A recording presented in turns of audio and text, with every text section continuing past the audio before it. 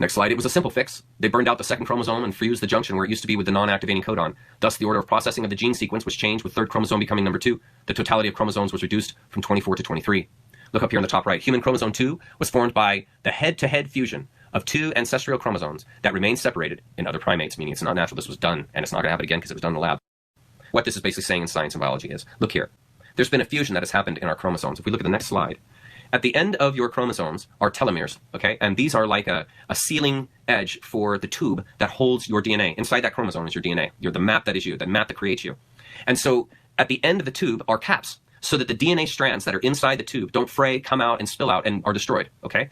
And so are metabolized. And so what you see here genetically is you see 2 heads that have been fused together. Look here on the left, human chromosome number 2. What do you see? You see 2 telomere heads that have been fused together. Folks, that's laboratory work.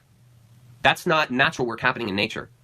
That's laboratory manipulation, genetic manipulation of our chromosome. That's what's happening there. You have something that has come in, my argument is that it's a species, has come in who are genetic geniuses, and they have bonded these 2 telomeres. And what this shows you is, A, first of all, this wouldn't have happened. This doesn't happen in evolution. Okay, so that brings a huge question then to the evolutionary theory. And then this, if you were a god creating a human being or a being, you would never leave this kind of signature in your work. It would be like Chip Foose. You know, Chip Foose is? Chip Foose is a dude that restores old cars, makes absolutely beautiful hot rods out of old cars. So let's say like you're Chip Foose and you're restoring a 32 Ford.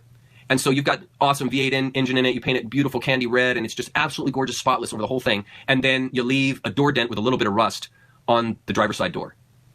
That's what this telomere head-to-head fusion is like. It's like if Chip Foose restored a car, but left, as a mark on his signature, left a dent and rust on the driver's side door. Sure, the car's going to get A to B. Sure, it's going to be able to drive and go anywhere you need to go.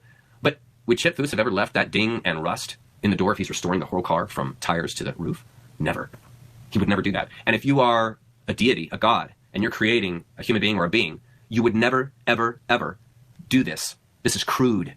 This is crude biology. This is crude, forced biology. It's the signature of a psychopath. It's not the signature of a deity. So right there is evidence that something else is going on. There is a larger scheme at work that's being kept from you. So, and here's one of the great things about knowing who you are. By finding this out about yourself, you now know a perspective about yourself that you were unaware of before you started this video. And that's why it's valuable to you, because this is evidence you carry. You carry the evidence that you've been genetically manipulated. It is in your DNA. That is not the work of a divine God, and that is not the work of evolution.